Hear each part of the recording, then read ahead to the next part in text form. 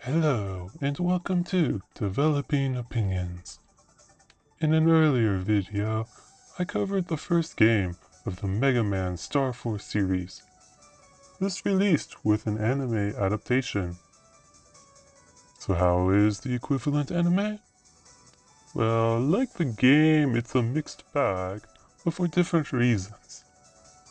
In short, they burnt their fans before finally getting to something that could be enjoyed in a light-hearted manner. This is very true for the US because the series got cancelled before they even reached the better episodes, despite Toonami trying to compensate for the issues. The anime does try to tackle some issues in the games, but with varying success, and like the game, would try a course correction in the next installment. So, let's get into the details. The first issue the anime had was their airtime was cut to 10 minutes an episode, including a fairly long theme song. As a result, episodes were actually about 7 minutes long, so even when the anime wanted to do a serious arc, it ended up taking way too long. To illustrate this, Mega Man does not even appear until episode 4. Considering this was a weekly series, this meant in Japan you had to wait 1 month before the title character appeared. They eventually figured out how to make it work, but it took too long. This shortened time really hurts the series in multiple places. Either it takes too long to establish a good arc, or too short, the development is lacking. In addition, serious moments often fail because they make no sense. Here is your spoiler warning for a show almost 20 years old. For example, Warlock saved the dad, but for no reason, he refuses to tell Subaru until way too late, and that is after Amaken finds something. This is purely for plot purposes to make Subaru break off his relationship, but again, makes no sense. This is not the only occurrence either. Similarly, there is a character that decides to sit in the background for fun and generally does not make any logical sense. One major difference from the game that also reduces any seriousness is that the aliens just start resorting to full possession. So rather than tackling any themes or issues like the game tries, it's just fight. As a result, most characters lose their depth.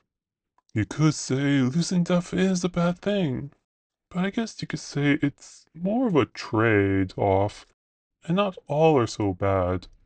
Misora continues to shine brightly despite losing her backstory.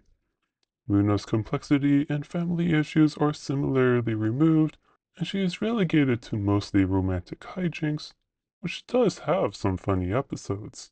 And since she doesn't spend so much time nagging Subaru, the annoying factor is dialed down. I would say her character is fairly different from the game, so let me know which you prefer.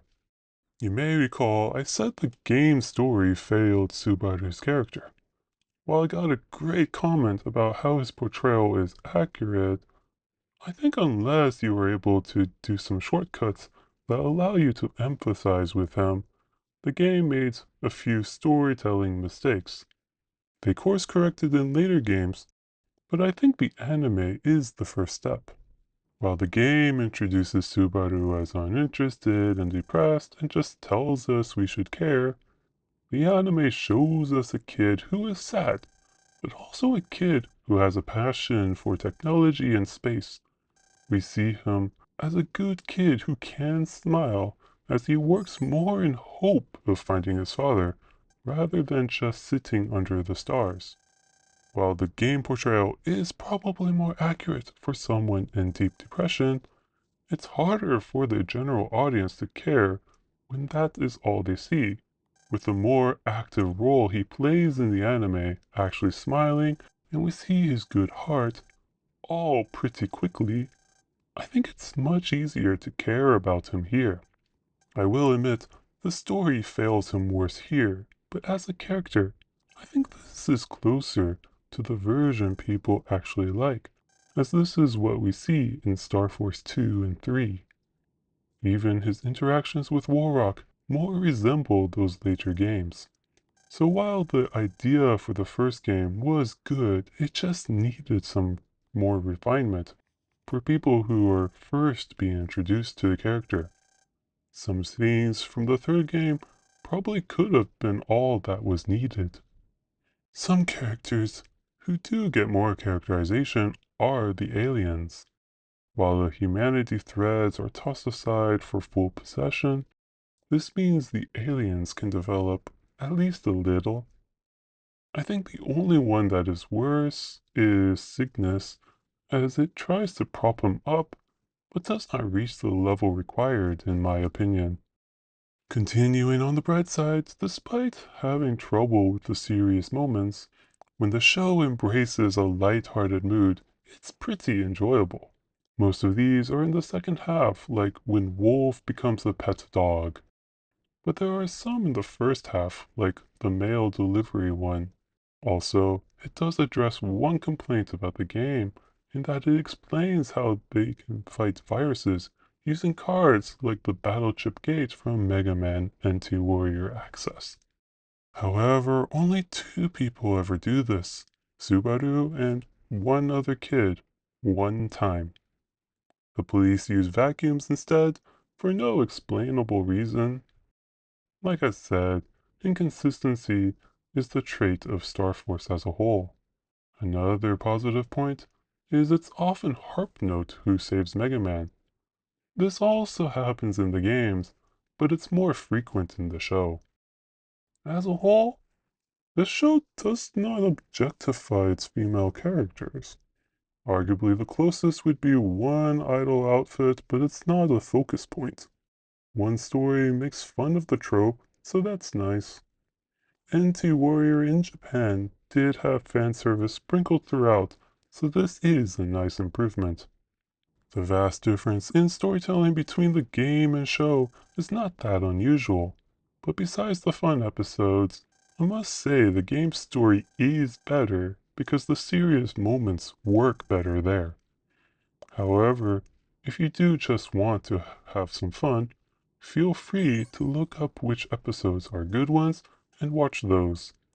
Since they are generally standalone episodes, as long as you look up any background you need, they can be enjoyed. I think the sad thing is that this first season was a mixed bag and took too long to get to the better episodes, because Tribe is pretty good, but it only got half of the episodes. But that will be another video. Hopefully they will upload the series like they did to promote the Battle Network Legacy Collection. That's it for now. Next video in this retrospective should be the second game before covering the second season of the anime, which is also very different. Please like the video and subscribe if you want to be notified when the next video comes. Thank you, and I hope to see you next time.